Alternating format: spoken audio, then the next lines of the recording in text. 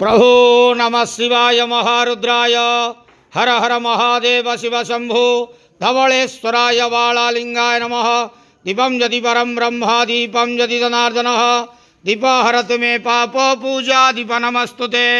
अहे धवलेश्वराय वालालिंग महाप्रभु संसार सुखी रखंतु। आज पवित्र बकुल लगी अमावास्या शुभ शुक्रवार रे समस्त श्रद्धालु भक्त मानक आशीर्वाद करंतु, मनस्कामना पूर्ण करंतु, कर्म क्षेत्रोन्नति करंतु, ग्रहरिष्ट खंडन करंतु, जगतर मंगल करंतु, विश्वर कल्याण करंतु, आपणकर नाम प्रकाश करंतु, सेवकर डाक श्रवण करंतु, समस्त गुआवसा भक्त मानकर मनस्कामना पूर्ण करंतु। जो जो भक्त माने आपण पाखरे मानसिक रखिजंती तांका मानसिक पूर्ण करंतु। बाबा धवलेश्वराय वालालिंगाय नमो नमः।